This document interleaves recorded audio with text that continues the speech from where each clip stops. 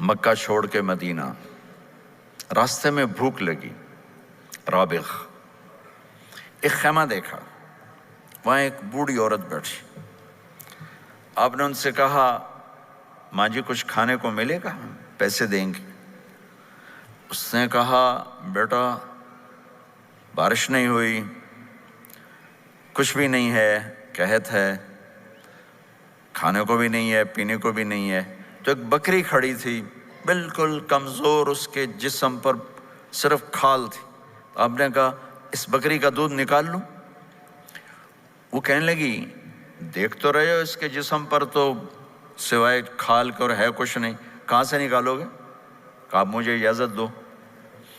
اب چونکہ ایک عجیب سا واقعہ ہو رہا ہے کہ ایک ایسی بکری سے دودھ نکالنے کی بات ہو رہی ہے جو چل بھی نہیں سکتی، تو بڑھی آپ کو ایسے غور سے دیکھنے لگی کہ یہ کون ہے، یہ کون ہے جو اس مری ہوئی بکری سے دودھ نکالنا چاہتا ہے؟ تو غور سے دیکھ رہی، تو آپ آنکھوں میں سما گئے۔ پھر اس نے اس کو بیان کیا، آپ نے اس بکری کے تھنوں کو پکڑا تو لٹک کے نیچے آ گئے، دودھ سے بھر گئے۔ تو اپنے بڑے برتن میں دودھ نکالا، اپنے تینوں ساتھیوں کو پلایا، خود بھی پیا، پھر دوبارہ دودھ نکال کے برتن پورا بھر کے اس بڑھیا کو دے دیا، اور آپ چلے گئے۔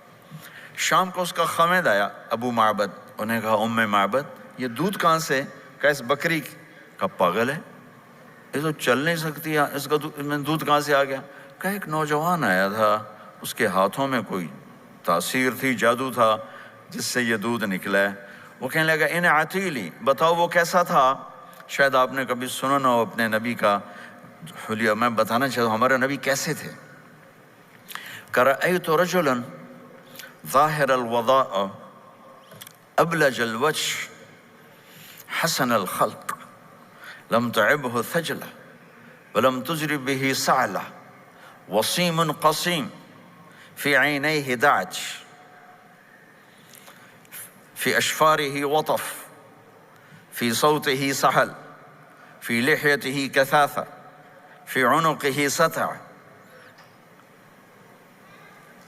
أكحل أحور أزج أقرن